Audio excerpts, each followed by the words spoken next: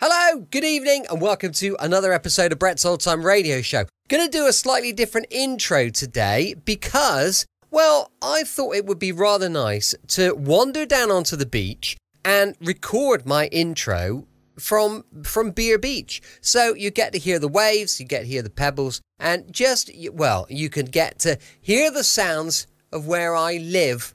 I kind of thought you might enjoy that. Tonight we've got an episode of Steptoe and Son. It's called Tea for Two, and it was first broadcast on the 4th of April, 1971. But before we do that, well, listen, come and join me on the beach.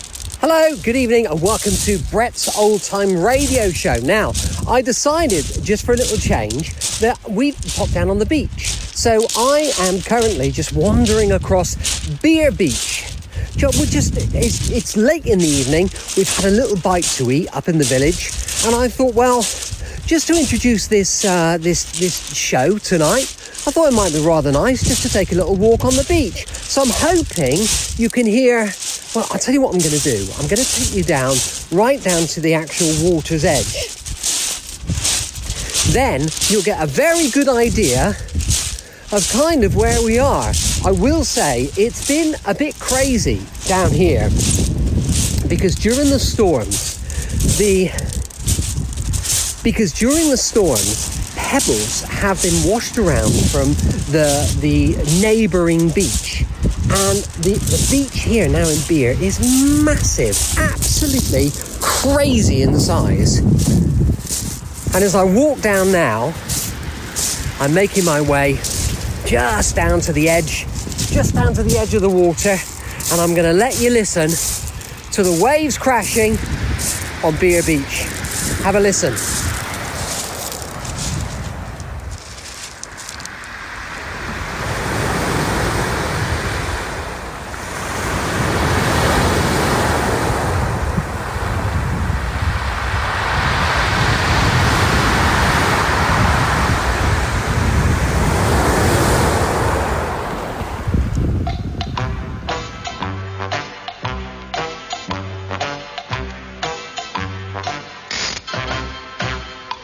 We now present another episode in a radio series based on the world-famous BBC comedy success Steptoe and Son.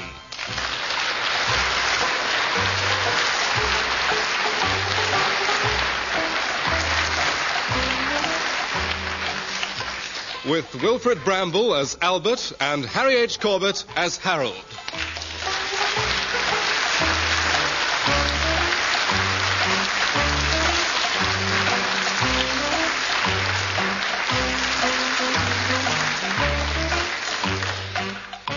This week, Tea for Two.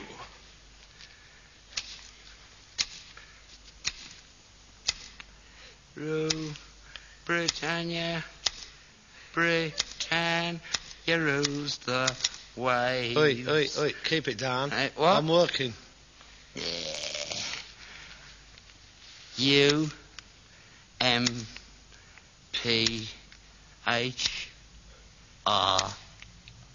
U-M-P-H-R-Y. Pumphrey. Oi. What? That is my pile of election addresses. Well, You have just put one of yours on it. did I? Yes, you did. And I'd be most grateful if you'd get your Tory filth off of my pile. Well, there's no need to lose your temper. Anybody can make mistakes. You're only doing this to annoy me, aren't you? Doing what? This election work. You never done it for. Well, I'm doing it now. You know I'm Labour Party secretary for this ward, and you're deliberately trying to undermine my credibility with the electorate. No, I'm not. I think it's very important the Conservatives should win this election, and I'm going to do everything I can to help them. You're a traitor to the working class. I'm not working class. No, that's true. You're a ponce. Yeah. Like all the rest of your party, living off the fruits as our Labour. You're a parasite. No, I'm not. I'm management. You what? Well, all firms have got workers and management. Same with us. You're the worker, I'm the management. You? Yeah, me. Somebody's got to be in control. You couldn't control traffic in the Sahara Desert. And that's why this country's in the mess what it's in today. Inefficient management. The boardrooms of Britain is controlled by economic buffoons.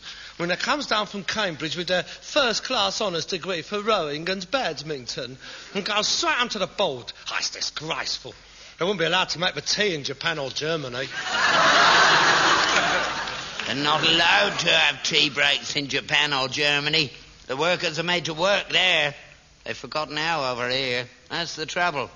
And that's Harold Wilson's fault. Filling them up with a load of old cobblers at them all being equal. The world belongs to them. So it does. And one of these days, we're going to realise it. We're going to rise up, hold out their hands across the sea to their brothers, and throw off their shackles of bondage, pull back their shoulders, hold their heads up high, and take the old diabolical, decadent, poncing lot over. Not in this country they won't, mate. And you know why? Because half of them is Tories. Every year more and more working class are voting Tory. It's getting very worrying for people like me. Class of person voting Tory now has gone right down the pan. Don't seem right that scruffs on council estate should be allowed to vote for gentlemen like Sir Alec. How you can sit there with your fundamental orifice hanging out of your trousers and talk like that, I really don't know. I just don't understand it.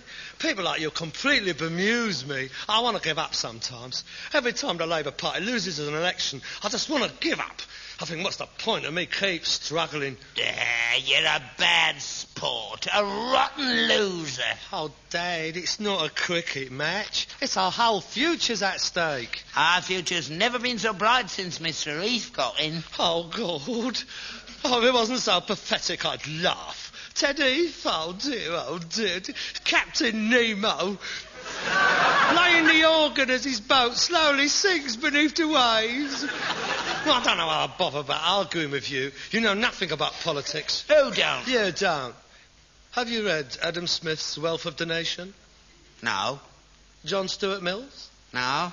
George Bernard Shaw? No. Sidney and Beatrice Webb? No. And I don't suppose you've even heard of Karl Marx? Oh, yes, I have. He's the one that played the harp. You ignorant, twisted little peasant.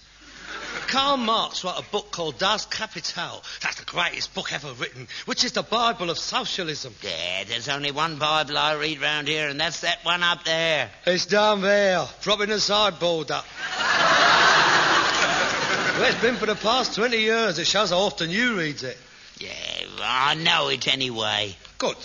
In that case, you will be fully aware of the fact that Jesus Christ was, in fact, a socialist. How dare you?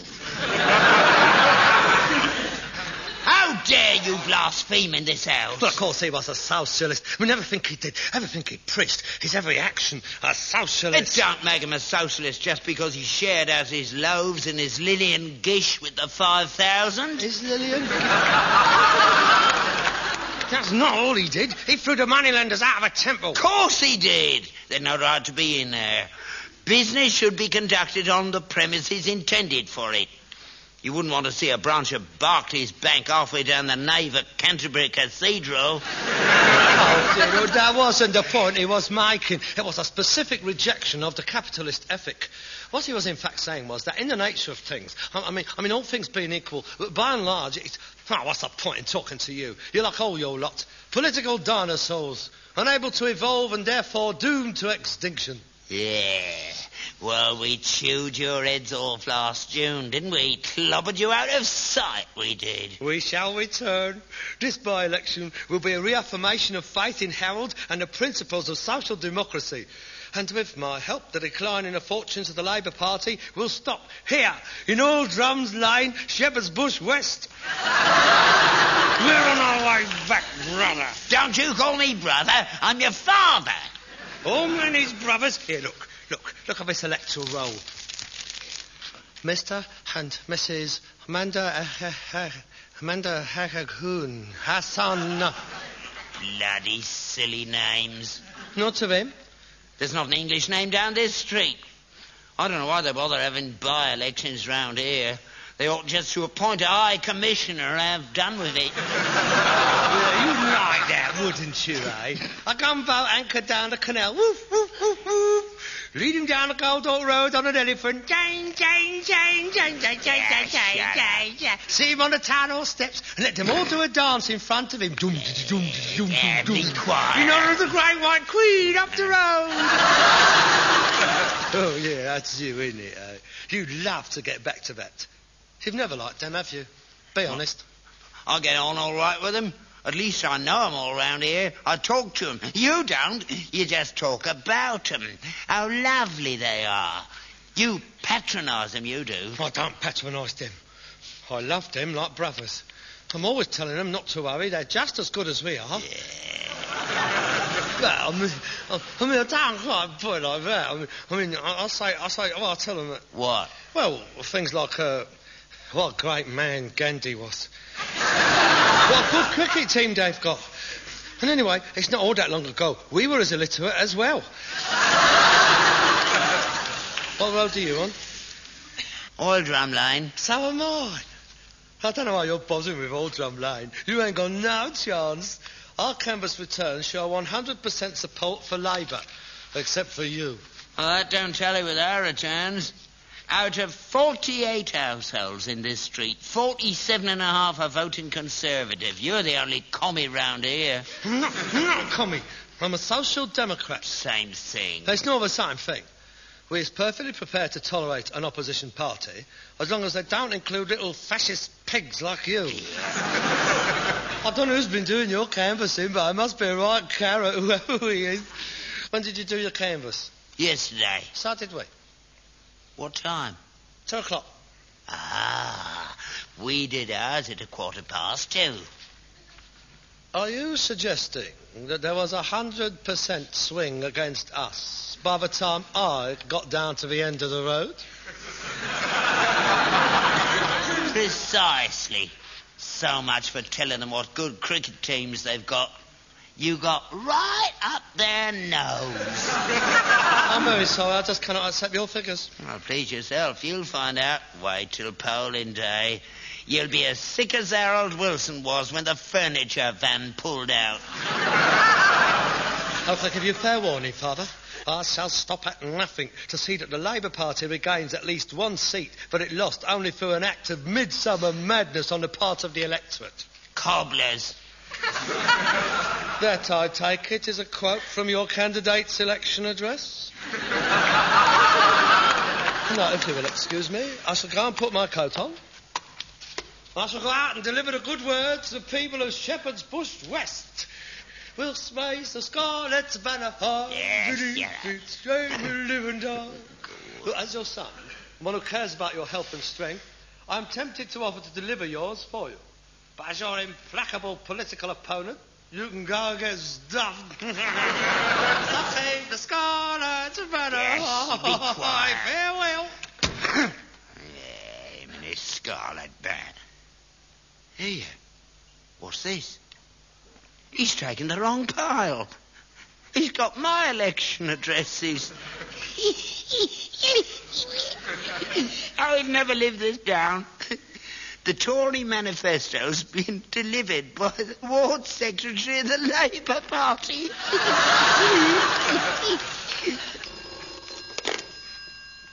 Hello? Steptoe and Son. Best prices paid for old rags, woolen, scrap metal, brass, lead, zinc, copper and tin. How's this cleared? Who? Conservative Party committee rooms? Oh, good afternoon, sir. Speaking? Yes, of course, you'll be very welcome. I'll be in all day. Yeah, I look forward to seeing you. What? The election addresses? Oh, yeah. As a matter of fact, they're being delivered now by my son. He's a very enthusiastic supporter.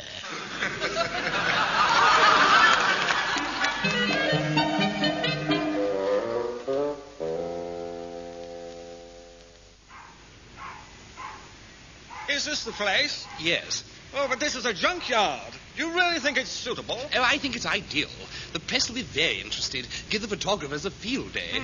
I suppose it'll make a change from semi-detached. It'll make every front page in the country. Good afternoon, gentlemen. Can I help you? Mr. Steptoe? Yes.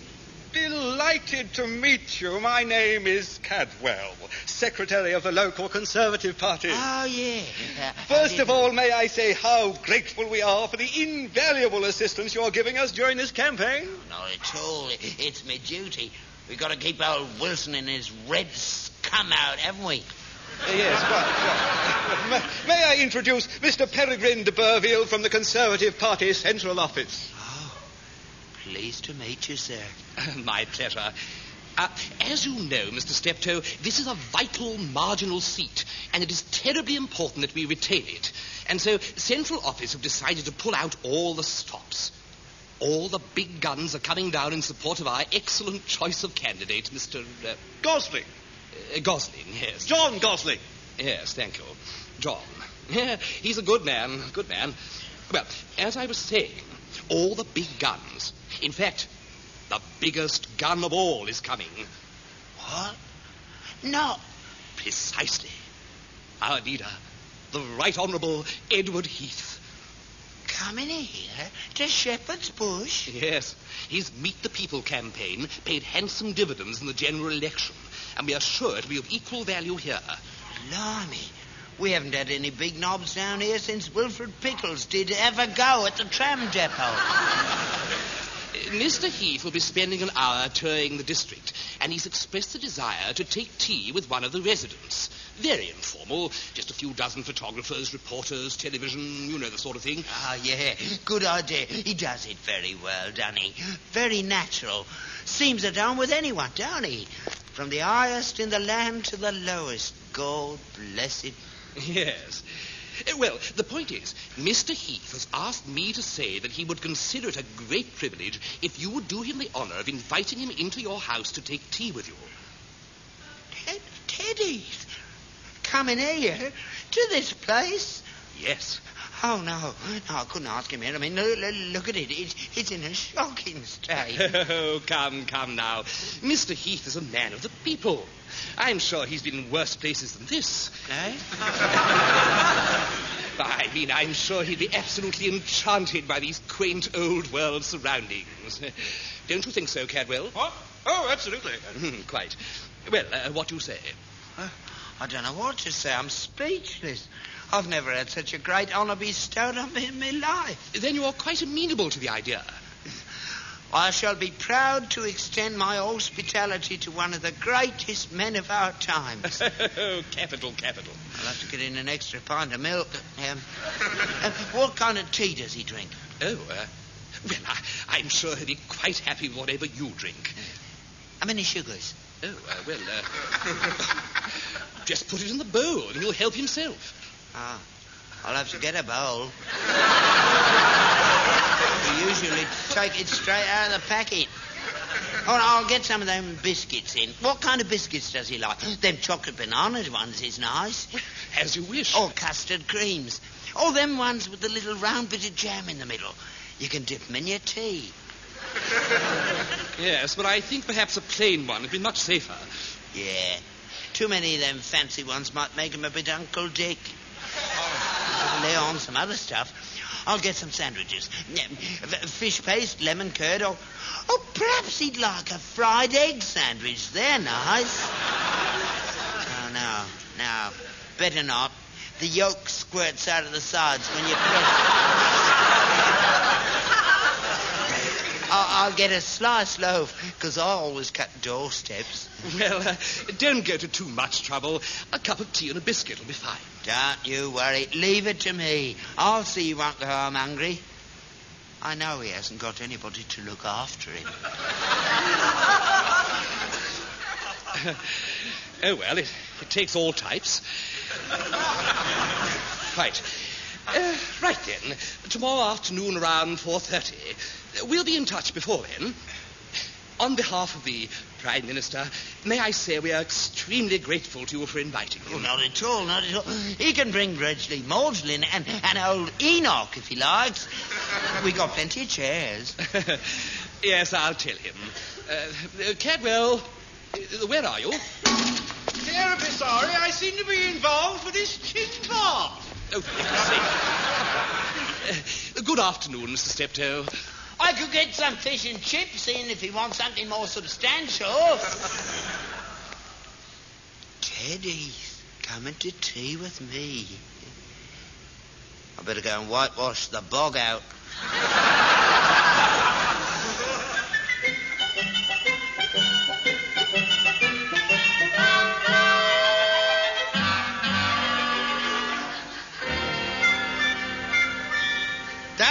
Dad, where are you? I'm over here in the carsy.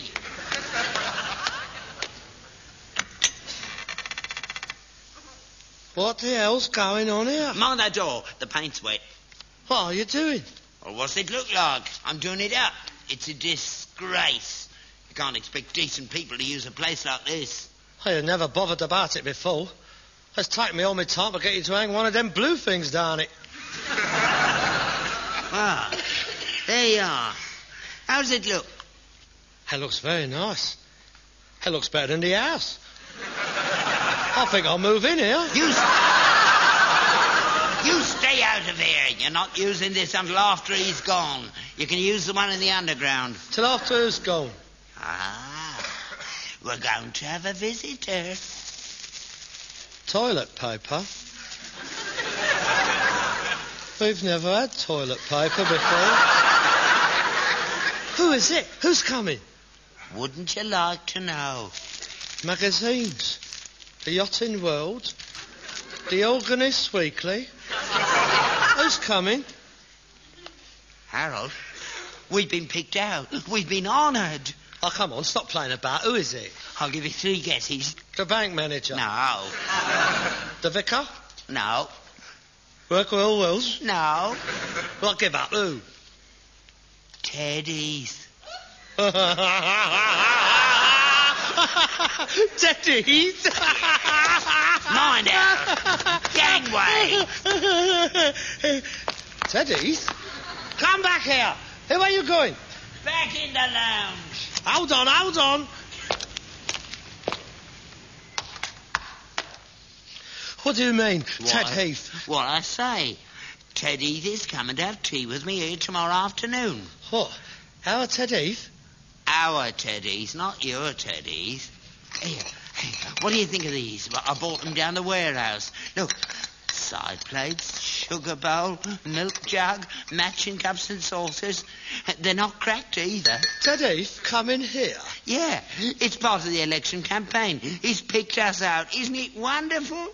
I've ordered an extra pint of cold top, a French cream sandwich, some veal and ham pie. Ted Heath is coming here to have tea with you. Yeah, he's touring the district. Oh, yes, of course. I mean, he's coming down to discuss the world's situation with you. Perhaps he wants you in his cabinet. He could do a lot worse. In fact, he has done. Yeah, I know what you're trying to do. I can read you like a book. This is a squalid tactical manoeuvre on your part to try and give aid and comfort to our enemies and spread alarm and despondency amongst our ranks. Ted Heath coming to a junkyard. There's as much chance of that as Ian Paisley and the Pope going on an economical booze-up. Please yourself. There's the bloke's card. Peregrine de Burville. Yeah. Conservative Party Central Office. It's all laid on. 4:30 tomorrow afternoon. No, not here. He can't come here. He can't have tea in here. Not in the residence of the ward secretary of the Labour Party. He would lose all credibility. No, I'm sorry. He's not coming here. He is. It's nothing to do with you. It's my house. He's not coming here. Yeah, put that crockery down. He is. He isn't. He is. He isn't. He is. He isn't. Stop it. He is not coming here. He is. He isn't. Put that teapot down. Not coming here. My new service, you've smashed it. 1 and 6 each, them cups cost me. All we have left is jam jars and tin mugs. He is not coming here. I will not have that man in this house. He may have wormed his way into Harold Wilson's house, but he's not coming into mine. You're talking about the Prime Minister of Great Britain. It's an honour. He is not coming on a social visit. It's political. Had the situation been otherwise, I would have received him down here in a cordial but restrained manner, with all due respect to his office. But this is war, Father. This by-election is vitally important to us. I cannot jeopardise our candidate's position by consulting with the Commander-in-Chief of the opposing forces. You don't have to. We don't want you here anyway. It's me he's coming to have a chat with. This is a private meeting between me and my leader. Father, I ask you once and for all to consider my position in this matter. I ask you, nay, I beg you, to cancel this ill-timed confrontation. Get knotted. Very well. But I warn you, I cannot allow this deliberate slight to go unchallenged. I reserve the right to take whatever action I see fit. What are you going to do? That is a matter between me and my conscience. You have been warned. Be it on your own head. I'm now going up to my room to finish off my article for the Clarion, attacking Edward Heath personally for his ambivalent attitude to the Commonwealth Conference and to the Concord cock-up.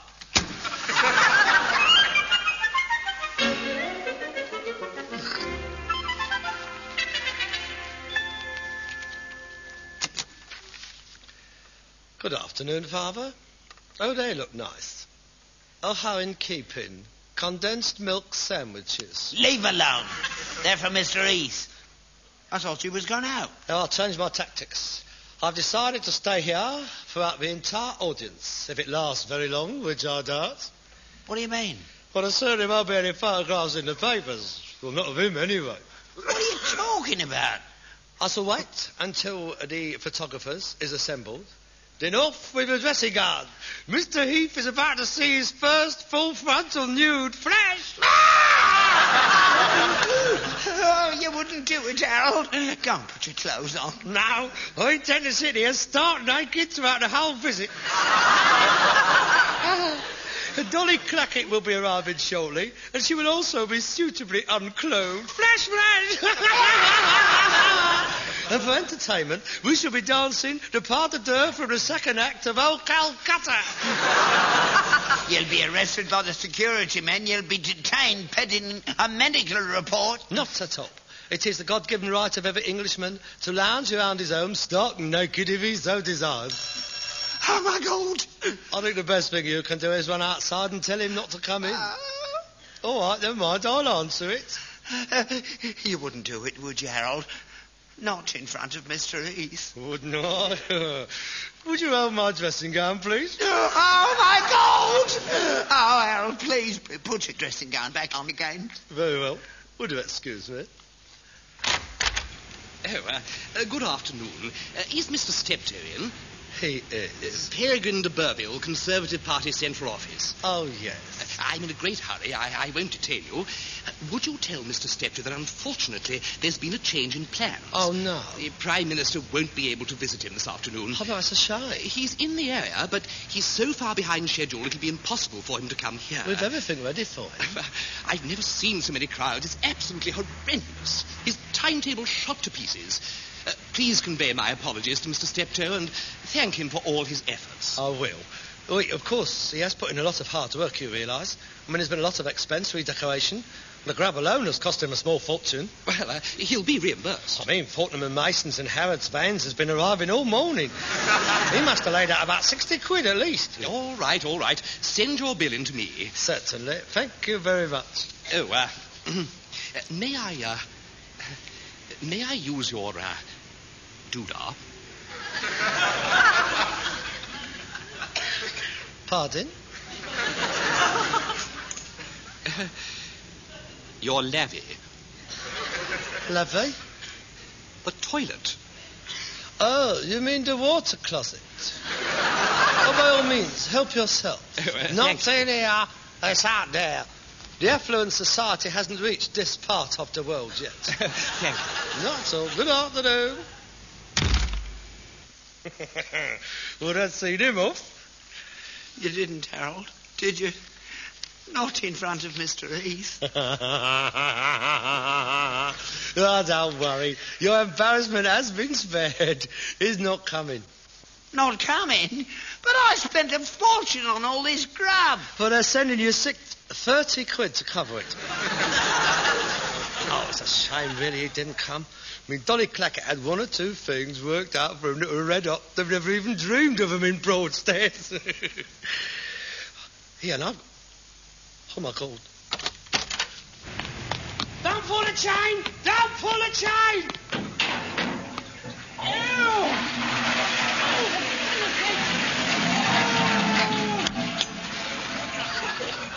Get this bucket off my head! Oh, for goodness sake, what will Mr. Heath think? I mean, Look, it's only red paint. I'm sorry, it's a I can't apologise enough, please believe me. You see, it wasn't meant for you. It won't move, mate. What will Mr. Heath Could you come over to the welding cylinder? Just over here.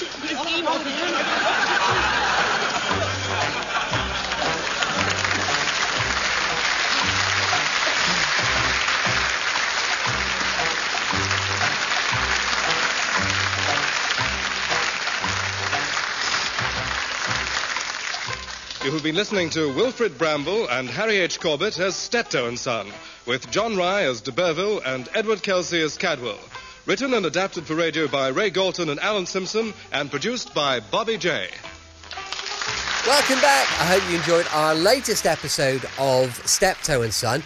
I hope you enjoyed a little walk down onto the beach and listened to some of the waves crashing on the pebbles today. Don't forget, we'll be back tomorrow for yours truly, Johnny Dollar. That's going to be going live at 5 p.m. GMT. You can email me on brett@tourdate.co.uk, and you can support us at patreon.com/Brett's Old Time Radio Show. Thanks for listening. I'll be with you 7 days a week, each and every week, and let's catch up tomorrow on Brett's Old Time Radio Show. Love you. Bye.